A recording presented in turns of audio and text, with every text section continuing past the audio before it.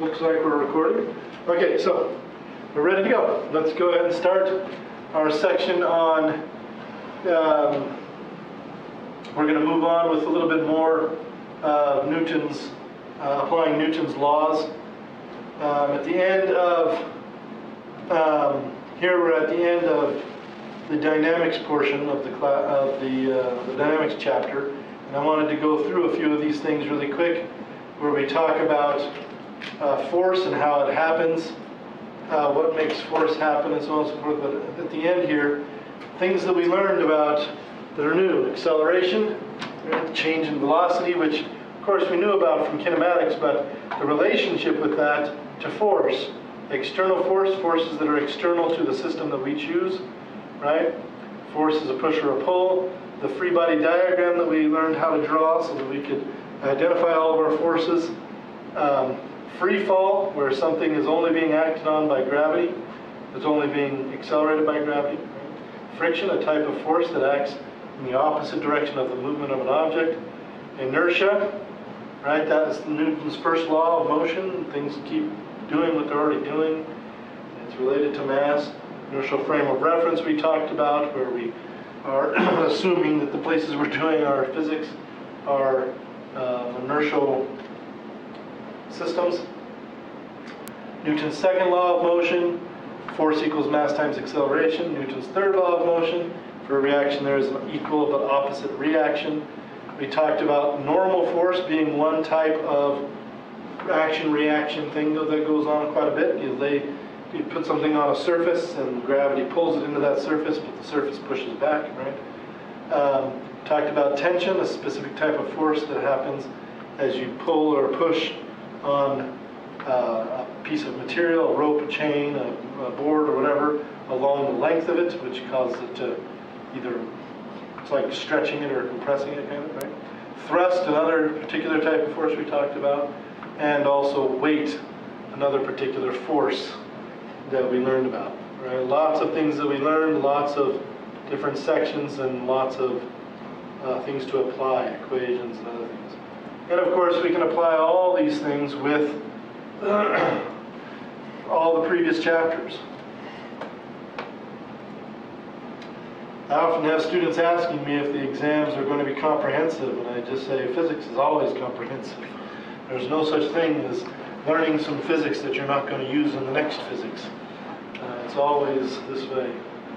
So, friction, drag, elasticity. And they show this great picture of a hip replacement, right? Excuse me.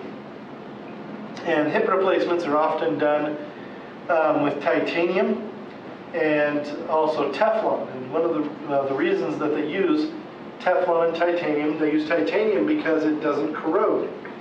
It's extremely strong and it doesn't corrode very much. And so titanium will not get all gunky on the inside and won't cause friction problems, which is important, particularly when you got something in a joint like this. You can see that they've got a joint in here, and the joint doesn't show up on the x-ray very well. Why does the joint not show up very well? Because that's made of Teflon, which is a plastic. Plastics don't show up on x-rays very well. And so you've got this Teflon joint, and you've got this titanium ball joint stuck into this socket joint thing, and it allows people to walk again, which is kind of nice. When does this put in? It's put in when this bone breaks right here.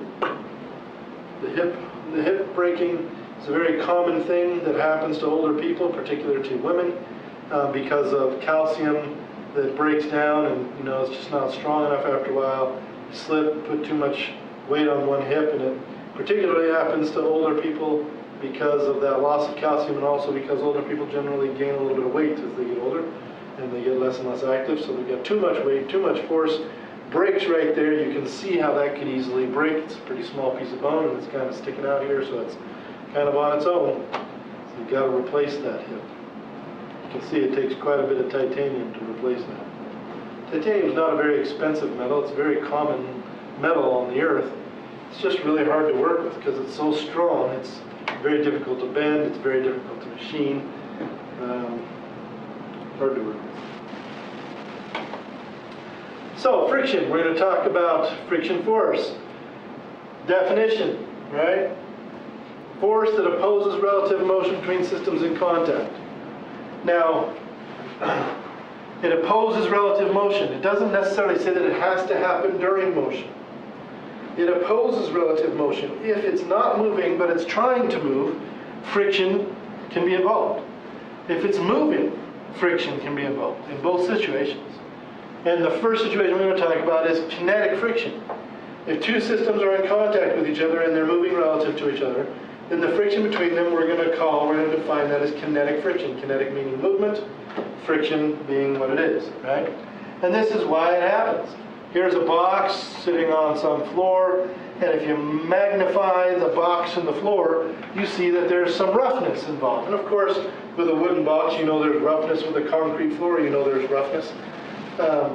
And so that roughness kind of gets stuck. The roughness gets stuck on each other, right? Roughnesses of the two surfaces. And as that roughness tries to unstick itself as you're pushing the box along, then it bumps and it grinds and it scrapes and it breaks that roughness. It actually smooths it down a little bit. And all of that removes energy from what you're trying to do. It actually creates a force in the opposite direction. And that's the frictional force. The magnitude of the friction, or how much the force is going to be directly related to the normal force between the floor and the box. Now, here they show it as a less than or equal to sign, and they're not even talking about kinetic friction here. They're actually talking about static friction.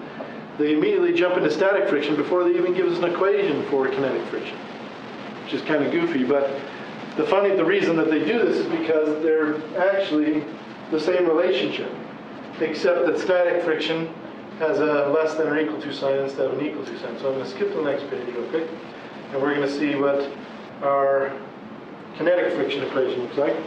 For kinetic friction, the direct relationship says that the kinetic friction force, they use a little script F for the friction force, F sub k is equal to mu sub k times the normal force.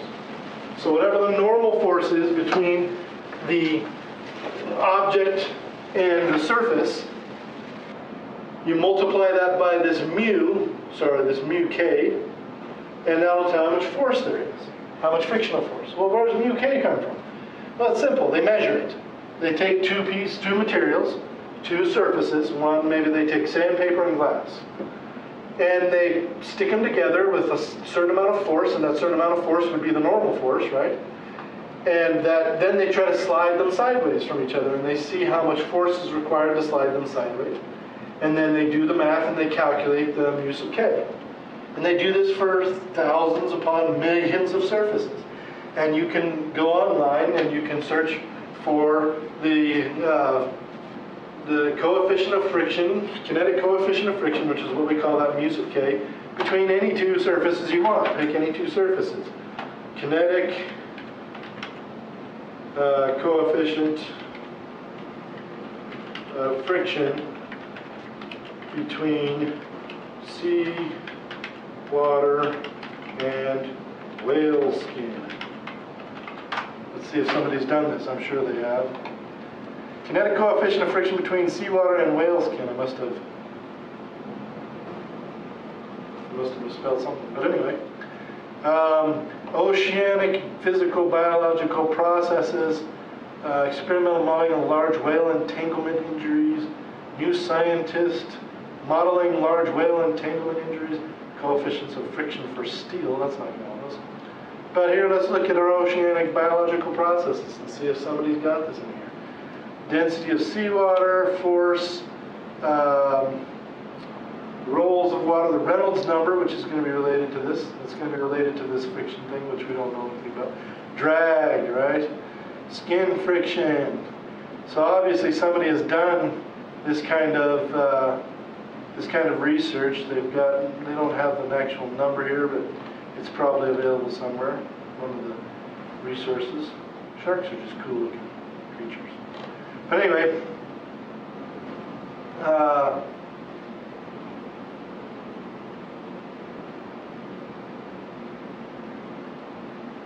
We've got a couple of Reynolds numbers in here which will help us to calculate that. But anyway, people are measuring the frictional coefficients between materials all the time so that they can do the science that they need to do. Particularly engineers do this because in a car engine, for example, you have steel on steel with oil in between.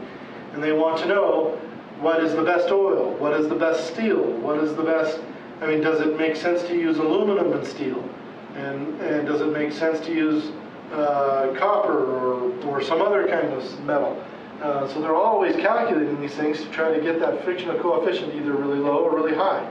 Situations where they want the coefficient of friction to be high, for example, are tires. Tire companies are always calculating coefficients of friction. Friction on a dry road, friction on a hot road, friction on a wet road, friction on a road with oil on it, friction on a road with whatever. They're always calculating these coefficients of friction so they can make tires that stick to the road. Now, that's kinetic friction. The magnitude of kinetic friction is equal to this coefficient of kinetic friction, mu sub k, times the normal force between the object and the surface. Now, there is a different type of friction which we call the static friction. It's not kinetic because it's not moving friction, it's the static friction. And the magnitude of the static friction is defined as this less than or equal to thing, where you have friction static is less than or equal to mu sub s times n. Because it turns out that materials have a different friction coefficient. In other words, they stick to each other differently when they're not moving than when they're moving. And you can probably guess which one's bigger. Can you guess which one's bigger, the moving one or the static one? When you're pushing something, when is it hardest to push it? When it's not going anywhere, right?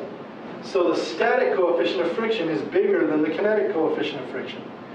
Before you move the box, it takes a lot more force to get it moving. Once you've got it moving, then it's pretty easy to keep it moving.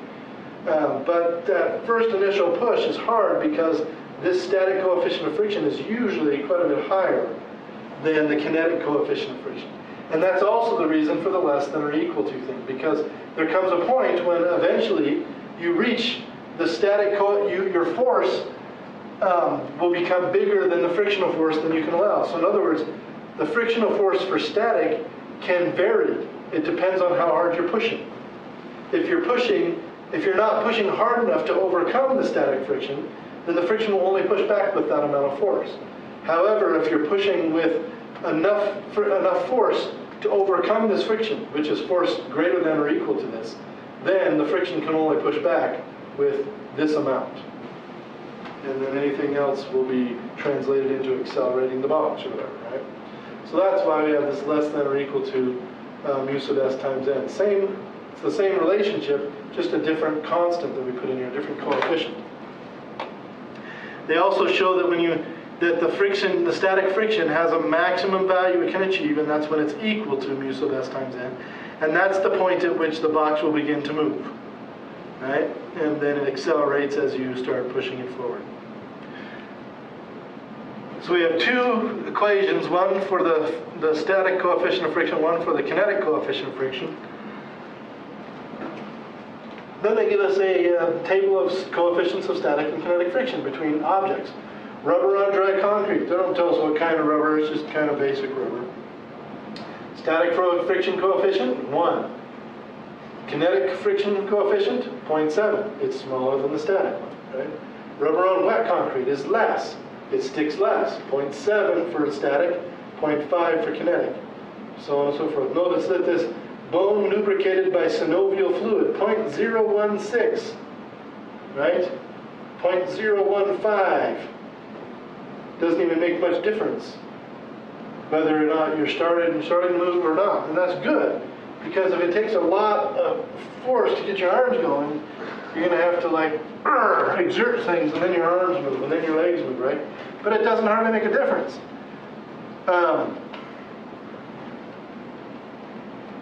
You don't have anything on here that's really close to that except for steel and ice. 0.02.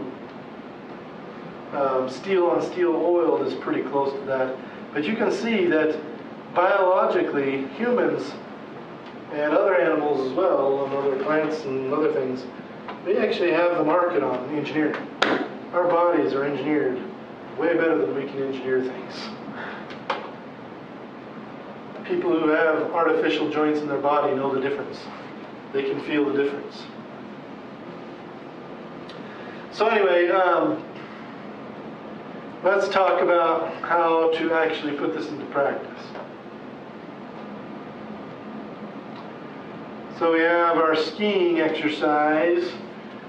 This example is going to show us how to use coefficient of friction in skiing. So this skier has a mass of 62 kilograms, sliding down the slope, snow.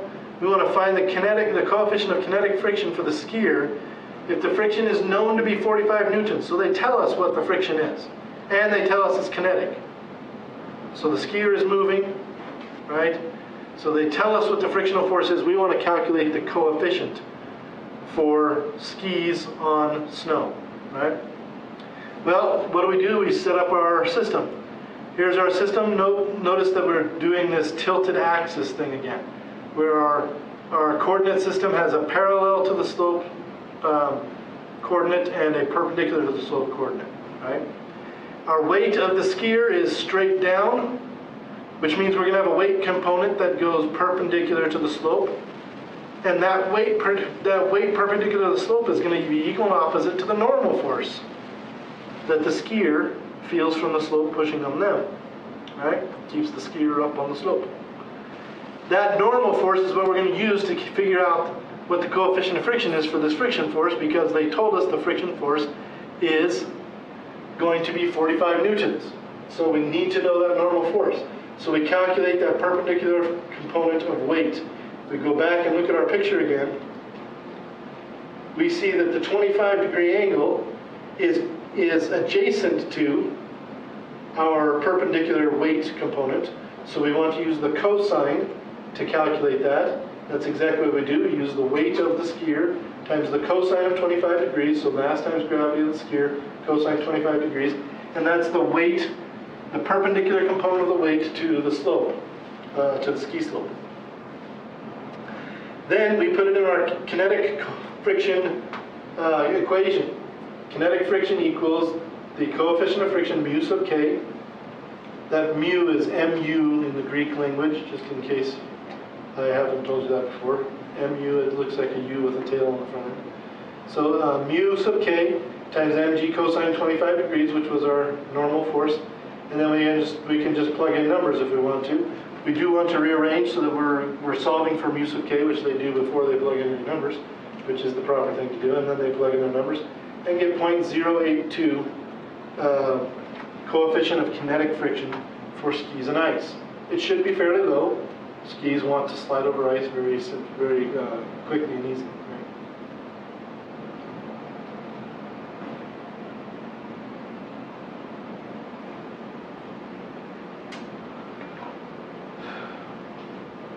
So why does the normal force play such a role? Well, this picture right here shows it quite nicely. When your normal force is not very big, then the little roughness between the two surfaces isn't pressed together very tightly. And so you're not going to have as much interaction, not as much of these big peaks and valleys breaking each other off and getting in each other's way. With the large normal force, though, you're going to force them together. And you're going to have a lot of these peaks that are going to get stuck in these little valleys, and they're going to not want to slide by. So as you increase the normal force, you increase the frictional force. Direct relationship. Another way that you can think of it is actually electromagnetic. You have different surfaces, and as you bring the surfaces together, they actually will interact with each other electromagnetically. The atoms down here and the atoms up here all have electrons. Those electrons repel each other. And as you try to move them across each other, the electrons continue to repel each other. And you get repulsion, which causes friction as well.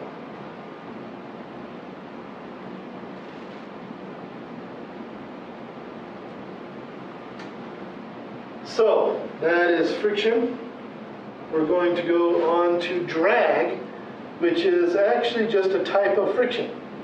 Drag is the type of friction that happens not just between two surfaces, but all the way around an object. So when you're flying through the air, when you're swimming through the water, and you don't just have two surfaces in contact with each other, and it's not about a normal force anymore because you're immersed completely in a liquid or a gas.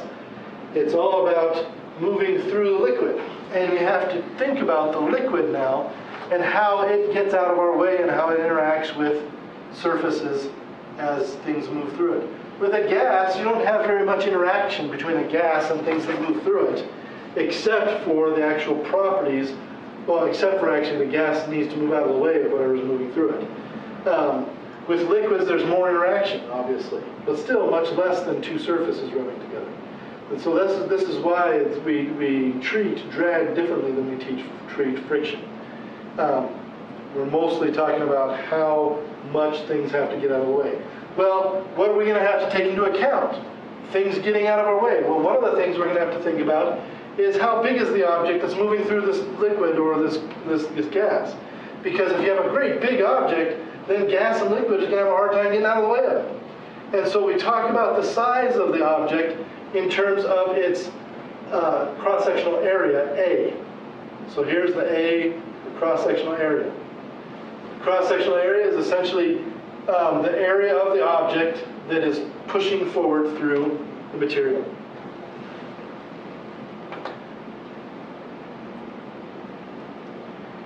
Let me make sure that I'm giving you the correct names for these things. So C they call the drag coefficient. A is the area of the object facing the fluid. That's what I called the cross-sectional area. The area of the object facing the fluid.